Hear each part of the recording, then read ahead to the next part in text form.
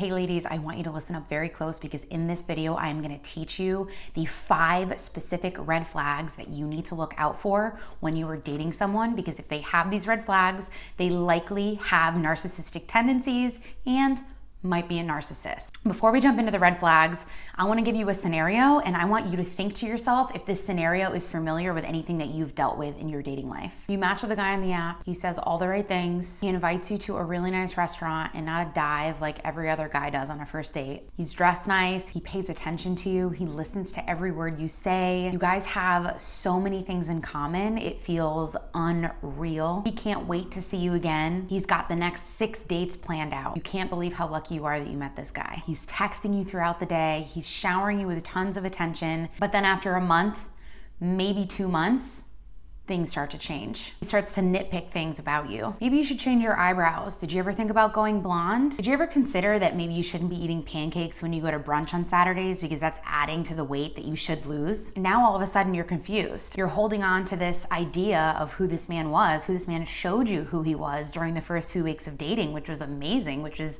the ideal, which was the exact person that you wanted. And now all of a sudden, yeah, things are still good, but he's saying things that don't feel good at the same time. So in the mix of going on these great dates, he's making jabs that maybe you could consider as sarcastic, but they're really hurtful. So then you bring it up and he says that you're just taking things too seriously and it was just a joke. Basically, he starts what you think, is he gaslighting you?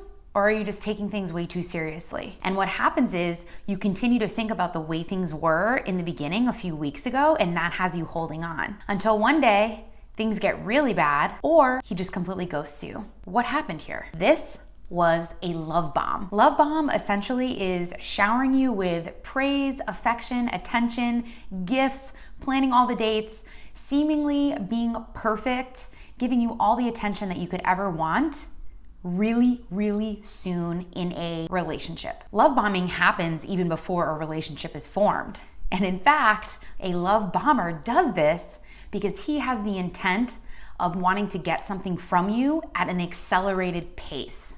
An example of this would be a man who just has the intent to sleep with you. He knows that if he showers you with all the affection, attention, and praise, gifts, date planning, and acting perfect, that you're more likely to sleep with him sooner. But then what happens after you sleep with him? He's gotten what he wanted. He maybe resents you a little bit for all of the effort and attention that he's put in. All of a sudden, you don't know what to do. You're really confused. What's going on here? Likely you're involved with a narcissist. Now, not all love bombers are narcissists, but if you're love bombing, you definitely have higher levels of narcissistic traits than someone who wouldn't go through the love bombing process to get you in their claws. What exactly is a narcissist? What exactly is someone who has narcissistic tendencies? When we're thinking about dating men, it doesn't really matter if they just have narcissistic tendencies or if they are actual narcissists. You're not gonna be able to have a healthy, stable relationship with someone who has more narcissistic tendencies than not. That's just the bottom line. You're gonna be struggling, you're gonna be plowing uphill at all times. It's gonna be exhausting. You're gonna be emotionally depleted. You're gonna be on an emotional roller coaster most of your life, and you're not gonna be getting any of your needs met. Your self-esteem is gonna plummet. Things are just gonna be extremely unhappy. And while someone may be watching this video thinking, oh, well, he just has a few things I can get by, well, that's up to you, but your life is gonna be extremely difficult. A narcissist is someone in reality who has very low self-esteem. It's this low self-esteem that drives them to behave in the ways that they do. They need excessive admiration, excessive validation. You may hear them say, I'm the best. They're saying these things because that is what is on their mind, that is weighing on them the most. They actually feel very low value, and the things they do are a way to try to get them to feel like they have high value. Narcissists will exploit others.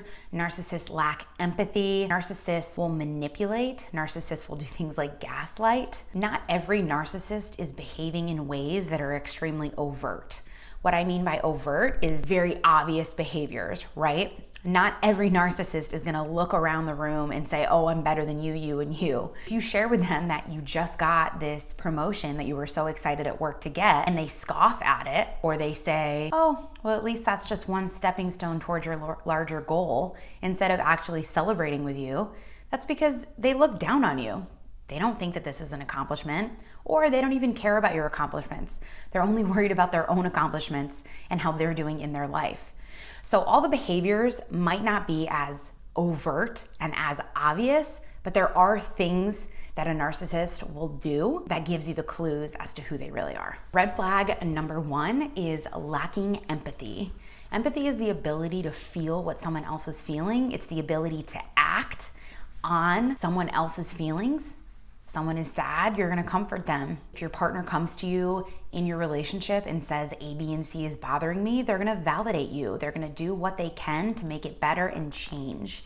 A narcissist just doesn't have this ability. Now, this is not me taking the blame off of a narcissist, but research has been done where brains of narcissists and non-narcissists have been looked at. And the study that was done was a person was asked to look at a picture of a chair and a picture of a baby. When we look at an emotional object, a baby, or a non-emotional object, a chair, different parts of our brain are activated due to the fact that something is emotional and something is logical.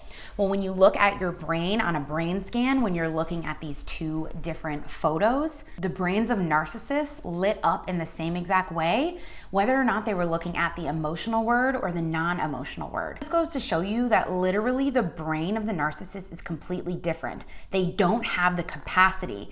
Now, instead of saying, well, if it's not their fault, I'll just stay with them and stick it out, realize that this person is never going to be able to genuinely connect with you at an emotional level. They feel nothing. The reason why people are able to be in healthy relationships is because they were affected by someone else's feelings.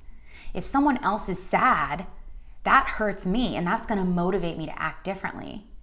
But if you were with a narcissist and you're sad or you're crying in front of them, they genuinely do not have that place in their brain to feel something emotional in response to your sadness. How can you have a relationship with someone when they have no empathy? It's almost impossible. You'll oftentimes see these people unwilling to take accountability for their behavior and always putting the blame on someone else. And you'll see this even in very, very simple things. I remember when I was dating someone, I would say, hey, it's really important that you let me know when you're gonna be here to pick me up, so that I know how much time I have to get ready.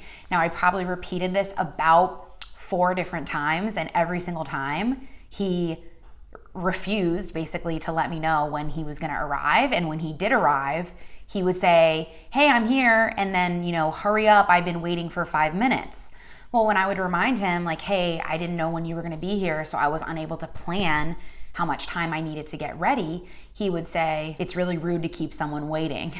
So completely denying and ignoring the fact that you are responsible for the fact that you're waiting. I've offered you a solution, but that solution just goes right over your head. Someone who is in a healthy frame of mind is gonna be like, oh my gosh, you're right. I feel really bad that I'm making you wait. And people, especially who are in high agreeableness personalities, are more likely to get into relationships with narcissists.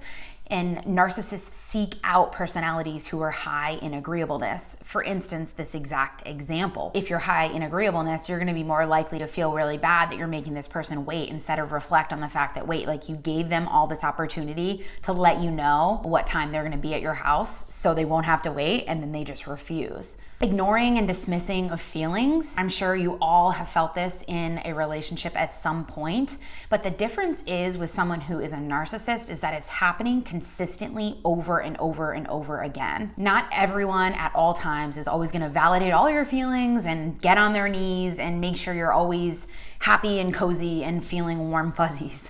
But the difference is that a narcissist is really never gonna validate you. And if they do, it's gonna feel really disingenuine. You're gonna feel it. Something is gonna just feel off. It may feel really inflated, and that's because they don't actually, from their heart or from their emotional place, know how to empathize. So if you feel like you're being ignored and you feel like you're being dismissed, if you said, hey babe, I got that promotion, I'm so excited, and then right away he says, oh, well, at least that's one step in the right direction, you can say hey, I was really hoping that you'd be positive and celebrate this with me. And they're either gonna correct it or they're gonna deflect and they're gonna say something that puts the blame on you. Red flag number 4 is exploitive behavior. A narcissist uses other people. That's what they do. They really don't have any emotional feelings going on in the brain. The next red flag is excessive need to be admired, to be loved, to be seen in a positive light. A narcissist has really low self-esteem. That's what drives all of these behaviors. And it's a common misconception that a narcissist really has an inflated self-esteem. But if they had an inflated self-esteem, they wouldn't be needing to exploit people to make themselves feel better, right? So deep down, the real issue is that they don't have any self-esteem. They feel really bad about themselves and they need external validation at all times to build them up. Additionally, that is why we see narcissists do things like hoovering, contacting you after a breakup, calling you over and over again after a breakup, showering you with admiration and gifts, because your response to their hoovering, your response to all that attention that they're giving you is fuel for them, is making them feel good. It's giving them that dopamine hit in their brain. It's making them feel like they're worthy. I dated someone who would seemingly joke, and the line would be, "I'm the freaking best, you know it." And when I first heard that a week into dating this guy, I thought, okay, yeah, like, I think I'm the best too, this is so funny. But he kept saying it, combined with other behaviors where he would dismiss other people's feelings, where he would put himself first over and over again, where I would always come last, where he wouldn't think 2 seconds about me. I realized that no, this person definitely has a preoccupation with wanting to feel the best, with wanting to be the best, with thinking he's better than other people. The next red flag is lack of consideration. And the problem with all of these red flags is individually, we may think that these things aren't a big deal, but what makes them clinically significant, meaning what makes someone an actual narcissist or these things being actual narcissistic tendencies, is their consistency of appearance. So you're gonna see these things over and over again. It's not just gonna happen once a month. Maybe in the beginning, depending on how good of a mask your narcissist is putting on, it's only gonna happen once a month. But likely, these things are gonna be injecting themselves more often than not. And it's gonna be layered with positive attention, positive things that are going on in your dating and relationship, because the narcissist knows that if he's consistently just treating you really, really bad all the time, you're not gonna stay. So he's gonna inject some positive features and facets into the relationship, along with the things to cut your self-esteem down so you feel like you'll never be able to get anybody else and you have to stay with him. An example of a lack of consideration for others, I've had my share of people who have narcissistic tendencies of dating them, and we can go into your personal attachment style and facets of your personality and why you may attract the narcissistic personality type at another video. But I can remember certain things, like I had been dating a guy for several months, and every time I would come over his house, I would have to park on the street because he would always park in the middle of the driveway. And I would ask him like, hey, my car has like some black marks on it where someone kind of scuffed their car by my car because I have to park on the street. Can you park on one side of your driveway so both of our cars can fit next to each other in your driveway? And, he would act like it was no big deal. But 3 months later, every single time I would come over, his truck was always parked in the middle of the driveway. This in itself seems like something small, but the fact that it is so small means that it's no problem for this person to do this for you. Do not be confused when you've repeated something that is important to you over and over again to your partner, even if it's very small, especially if it's very small, and they continue to ignore that need. That is a massive narcissistic red flag. The person is only focused on themselves. They don't care. And you know what? It's probably a manipulation tactic because they know that you're high in agreeableness, and that even though it is important to you, you're just gonna brush it off and pretend that you're fine with it. The last red flag that I wanna share with you guys has to do with lacking emotional depth. When someone is unable to feel emotions, there's no way that they can emotionally connect to another person, because the act of emotionally connecting to someone has to do with understanding where they're coming from, being affected by someone else's feelings. With a narcissist, one of the big tests that you can give them is get a little bit honest with them about your emotions, about how you're feeling about something. Maybe you could share with them a difficult time that you're having at work. Is this guy able to empathize with you? Is he able to maybe reflect on his own difficult time at work and his own emotions that are similar to the ones that you're going with now? Or does he just dismiss it completely and ignore your feelings? I know I'm giving a lot of examples, but I feel like these are really helpful, and it makes me realize how far I've come in relationships. But I can remember one of the boyfriends that I had asked him, when was the last time he cried? And he couldn't think of a time. Now, I'm not saying that people need to cry to not be a narcissist, but in combination with other things that I was observing with him, and in addition to the rest of his answer, it was definitely a huge red flag. He told me that he didn't cry at all after his divorce, and he wasn't sad during his divorce because I'm quoting here, he said, "She wasn't doing anything for me anyway, so why would I be sad?" Can you imagine being married to someone for multiple years and being together? I think their whole relationship was 6 years, and saying that you weren't sad about the dissolution of your marriage at all because she wasn't doing anything for me. And that just goes to show you how unemotional a narcissist really is, how they're just completely incapable of feeling, because regardless of whether or not if someone is doing something for you, there's gonna be an emotion that comes up when you just think about even the logical fact that you are separating, that you are breaking a marriage vow, right? That your life is gonna be changing. Even if you are looking forward to getting divorced because you know that this isn't healthy for you, there's still gonna be a part of you that's sad, right? You can still be sad and still miss someone even if you know that they're wrong for you.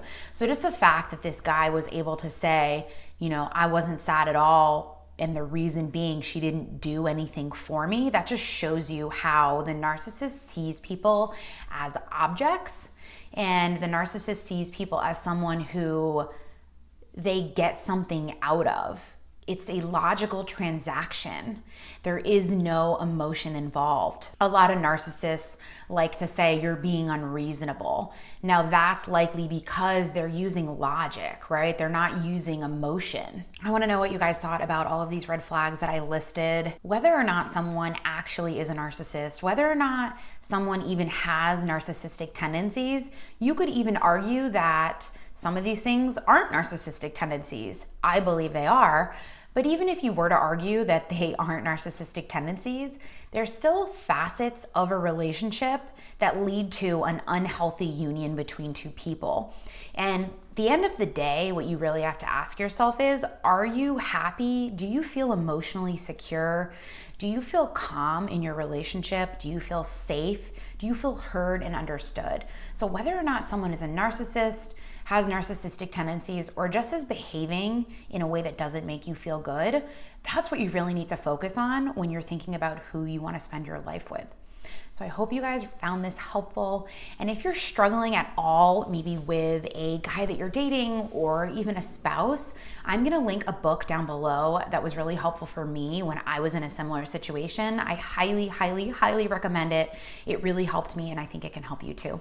Don't forget to subscribe, like this video, and if you'd like some support in your dating life, I am a licensed clinical therapist. I do dating coaching for women. I will put the link down below, a 20-minute totally free call where I can help you get some really good insights on your love life to get all of the things you want and deserve in your love life and relationships.